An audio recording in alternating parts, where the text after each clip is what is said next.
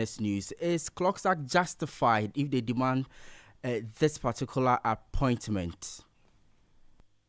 Well, it should be of great concern to everybody. Clocksack is a very powerful trade union organization, and there are procedures that we all follow if you are a trade union in resolving your matters or seeking redress your matters. I don't know to what extent they have engaged with the authorities concerned before the threat of a sit-down strike, which is not supposed to be so. This is not necessarily, it's a political appointment, which I think the president is the only one that is clothed to do that. But if they have a career path for their people, their members, and they think that that career path may not see the light of day, and so they wanted it raised, there are processes they can go through to the civil service, to the Ministry of Employment and Labor Relations, and or to the National Labor Commission to seek redress. Suddenly we are hearing it this way. We don't know the processes through which they went through, and they've not been given audience, and that's the reason why they want to do what they want to do.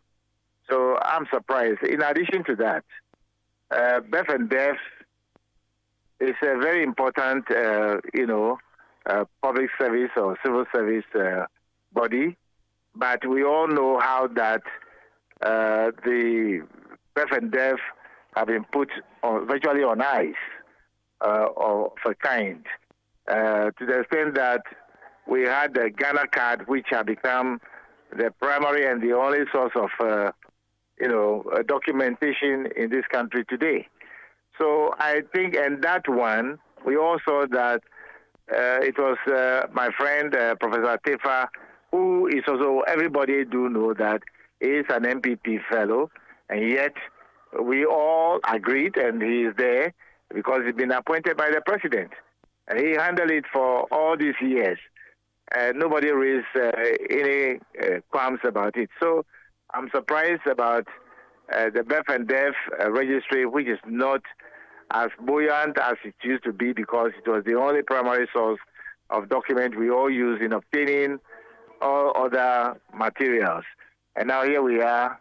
There is supposed to be a looming sit-down strike because they've not appointed maybe one of their own.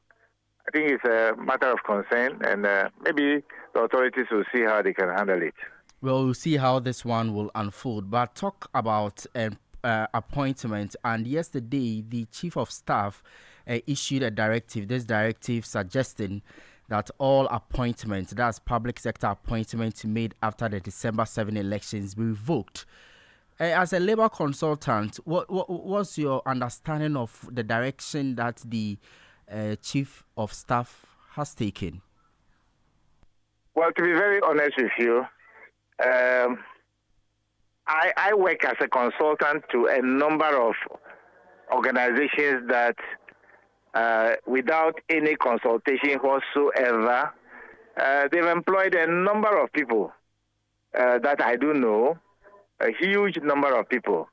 I just heard on one of the networks, if not yours, that there is a looming power crisis because car power is threatening a shutdown. Right on this network. Why that? They owe them. By who? ECG. And therefore, we have to be mindful about some of the consequences or the actions taken by the previous government as well. Here they employed a huge number of people into ECG, and they have no money to pay the services that they've rendered to them, and they are employing people. And they employed a huge number of people without proper laid down procedures being followed. I'm an HR practitioner. From what I know, they have not followed religiously what they are supposed to do before employing the people. And they did not also take into consideration the concerns raised by the IMF during all the staff, the meetings that they were holding until the approval was given for us to access money. They do know that they were not supposed to employ people like that into the public and civil service without proper agreement reached by the two parties, except essential services like nurses, security services, and so forth and so on. And that is why I did not hear anything about nurses being made to be withdrawn, security services being made to be withdrawn. But the public and the civil service, they did not follow laid-down procedures. As an HR practitioner and a labor consultant, I can tell you on authority they didn't do the right thing. So typically, what is the laid-down procedure yes, when it comes to transitionings? The transition period was very vital. Fortunately, the former president invited the president now to send his team, and they met. They were not honest enough, excuse my language, to put on the table all these things that they have as a concern, that we have employed X number of people, and that it will become part of the burden of the fiscal policy of the government. The financial health of this nation was already bleeding, and they further created more problem for the financial health of the nation. I think that is most unfair. It may be some of my relations are involved, but it doesn't matter. What matters is to protect the interests of the nation, and is supreme than any individual. So I think that is a fair step being taken by the government to ensure that all of them are first withdrawn. Those who genuinely are having the merit to be employed and not through partisan means can be recruited at the appropriate time. For now, I think it's most unfair to the incoming government, and it shouldn't have been done in the first place. But Because at this juncture, how do one differentiate between someone who was appointed based on merit and someone who was appointed on political lines? I've sat on many recruitment panels in the public and civil service before, even on behalf of the Public Services Commission. So I can tell you on authority, there is a laid-down procedure you have to follow. Let's assume that people even don't need to apply. How did they get recruited? You must go through rigorous interview by a panel. There is a marking scheme. These things are done, and you will be on probation.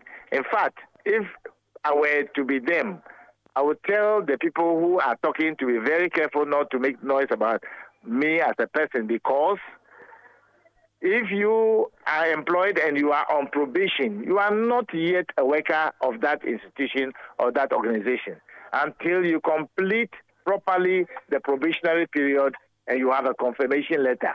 If you don't have it, forget it. Within 6 months of that period, you can always your appointment can be withdrawn and paid maybe 1 month, depending upon the condition of service pertaining to that organization, 1 month in lieu of that send-off, and that will be it.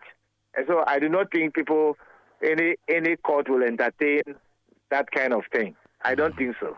I see. I don't think so. So for anyone who did not follow the laid-down procedures as far as these appointments are concerned, the person can go home. And for anyone who was able to go through the right processes, the person has the right to appeal. If it's the right procedure, I know some few areas where people, even though they are partisan political people, stand to very sensitive areas of the national life, they are there. As of today, nobody has written to them to go away. I've been following this thing because of the work I do. And I know they are there. If you seek my opinion, I'll tell you, don't let them go. Let them go through a certain process, which I cannot talk about now. And so I think that is to be very fair, the people who have been employed within that period that is in reference, all of them are on probation. And within the next 6 months from the day they were employed, they can always be withdrawn. And so that is no issue at all. An employment relationship is not one of servitude. You can't marry people in slavery. So it's neither here nor there. All right, They can even grateful. take it to That's Geneva, they'll Labour still lose. consultant Austin Gamey there, but you are still listening to Eyewitness News on 97.3 Citi FM. My name is Neela Atelate here with Akusua Oche. When we come back, we have the very latest